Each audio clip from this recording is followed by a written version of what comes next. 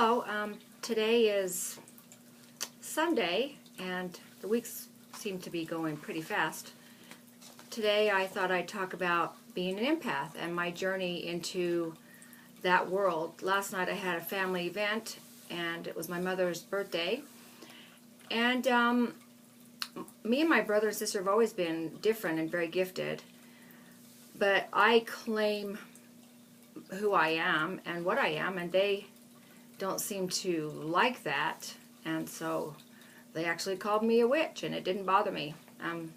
I must have been lineage or something.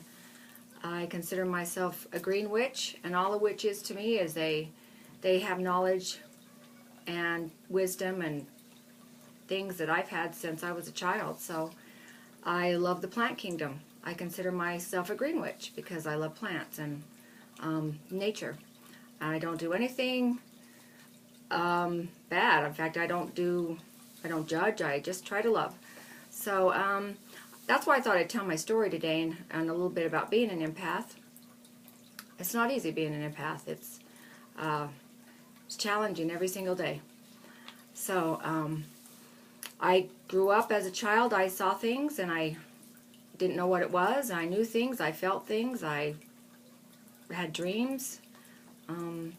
And just one day found out what the word empath was, and I've been trying to further that knowledge of that for quite a while now. And a lot of people are stepping up into that gift. It's a gift that needs to be used today. It can be a curse or it can be a gift, but it's a gift today because you can help a lot of people with it. And there's many different forms of being an empath. And you can tell I'm a little rattled today. The energies are just very bringing up all the stuff and going through still some shifts. But I'm happy in here, and I love the tribe. So I'm just going to tell you what an empath to me is. It's just feeling the energies of anything around you intensely. I can feel plants, animals. I can feel the ley lines of the earth. I can feel old buildings. Walls really do carry a lot of energy because sheetrock is just gypsum, which is just crushed up crystals, so you can see where ghosts and thoughts and stuff resonate within a home. So you got to make sure you're always saying positive things. I can tell when I go in a building that's negative or positive.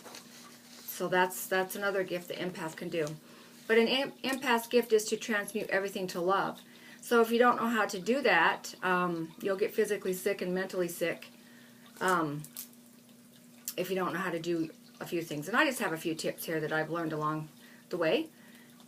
And there's lots of different kind of empaths I'll talk to you about. There are some symptoms of being an empath, and I'm going to read from these papers. So you have your senses are always on high alert. Smell, taste, touch, hearing. I can hear whispers, don't even whispers, because I can hear the tone of your voice.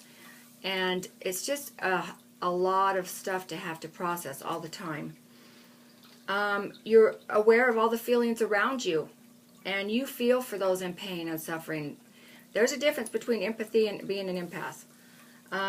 You hurt often. You try to avoid conflict wherever you go. I'd rather be home, but I have to force myself by doing all this to get out, and sometimes I have to come back here and ground. So noises bother me. They have since I was a child. I couldn't do fireworks. I still can't. I can hear things so magnified that it's just, sometimes it's very startling. You tear up because you're always going through deep feelings for yourself and others, and that's one thing that I do. Whether I'm happy or sad, I cry. My friends all know that. I get nervous in crowded situations. People do feel safe around us, and they talk to us a lot because, even strangers, because we just draw them.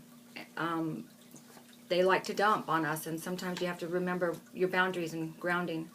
Animals and children love us and are attracted to empaths. We're affected by the weather. The wind comes in, carries all the energies. The rain comes in, washes them away.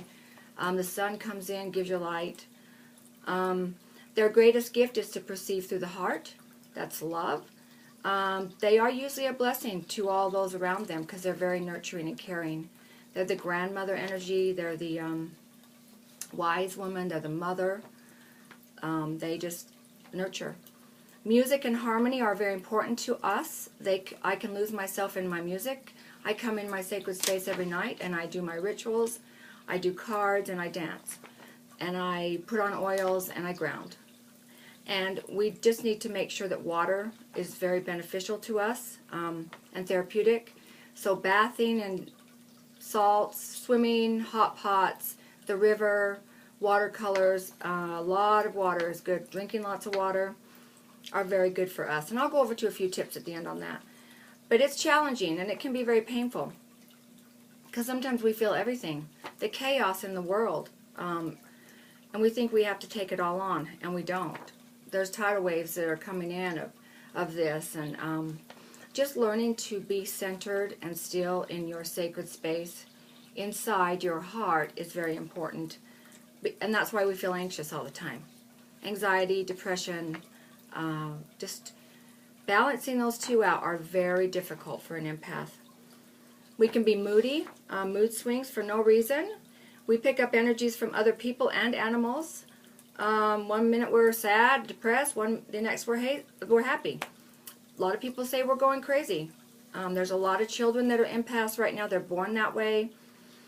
We have to first ask ourselves, is it mine? If it's not mine, then we don't need it. Sometimes we can be shy, kids especially. We avoid public places. Walmart's very hard for me. But we can shield and protect, and even that sometimes is, you have to set the intention to do that. So I'm going to go into a few different ways of being an empath, or words to go along with that, because there's many different types. There's clairvoyance, clear seeing. We can see anything that is not present, objects, animals, or people. That's beyond the veil. That's the veil of illusion. Clairaudience, clear hearing. We can hear voices or thoughts of spirit. That's a medium. And I won't go into mediumship today. Clairsentience, that is clear sensing. I feel everything. I feel more than I see because I choose not to see. And that's one of the gifts that I have. I feel the air shifts. I feel your voice. I feel moods of everybody. And I have to say, it's very challenging, but I've learned a lot of tips how to deal with that. There's clairsentience. That's clear feeling. That's another one that I have. A medium can do that very well. I feel the presence of ancestors, spirits, guides, just things, especially when I do readings, that most people don't open that up to. But they have the gift. You just have to open it. There's clairaudience, clear smelling. That means if you smell very well. My smell was taken away, so I smell very little. Sometimes I'll smell cigarette smoke if my mom and dad are around, but that's not one of my gifts on that. There's clairgustance. That's tasting very well. I don't have that either, since I don't have my smell. And there's claircognizance. Clear knowing is the ability to know something without receiving it through your senses. So that's just another way of feeling or knowing. And then you go on to mediumship and psychics, and most empaths can do that. That's just a gift that comes from the circle, round and round and round. So there's a lot of things that we need to work on. But I feel that those are just a basic start, but there are some things that have helped me along the way that I've learned. Proteins help me. Almonds, protein shakes, especially after I do spirit work. Chocolate, I have to have chocolate or candy every day. Stones, a lot of my friends give me stones. I'm not really a big stone knower, but I know with the intention that what they do, and they're beautiful. They kind of keep me grounded. I have them on my ankles.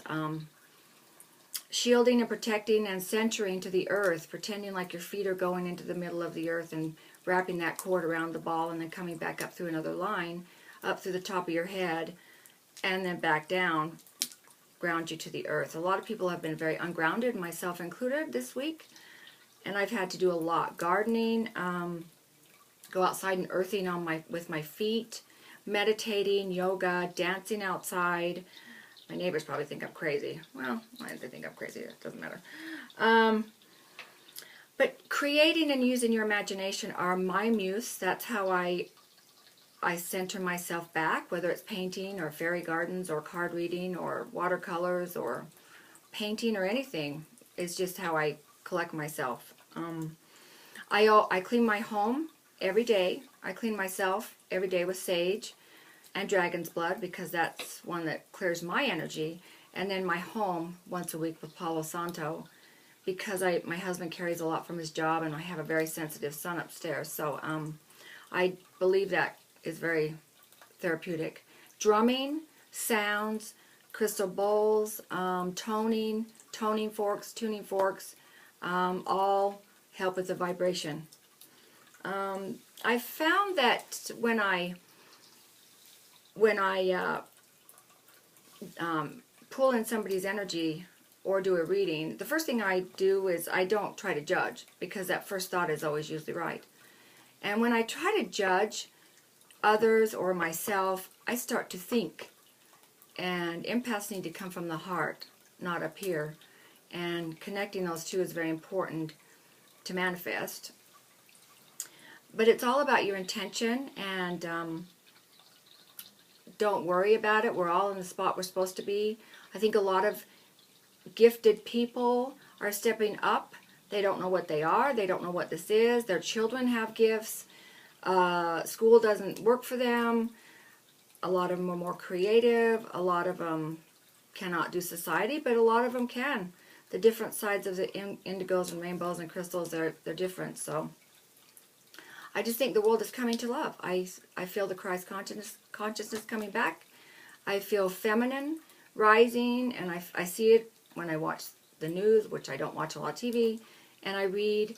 I see that balance coming back, and I'm really excited for that. I'm excited for the bridge between Mormonism, religion, and mysticism. I went to a great conference over the weekend on that, and it touched my heart. So I'm excited for that day because there's steps in our lives, and we learn from every walk of life. But I am to that point where I just let it be now, and it's let it go, let it flow, and be in love and be in my space. And I am grateful for Tribe. I'm grateful for Lori. I'm grateful for the chance to get in front of the video camera. And I've been trying to post more pictures of myself. And I have a beautiful day. It's beautiful outside. It's fall. I'll see you guys next week. Namaste.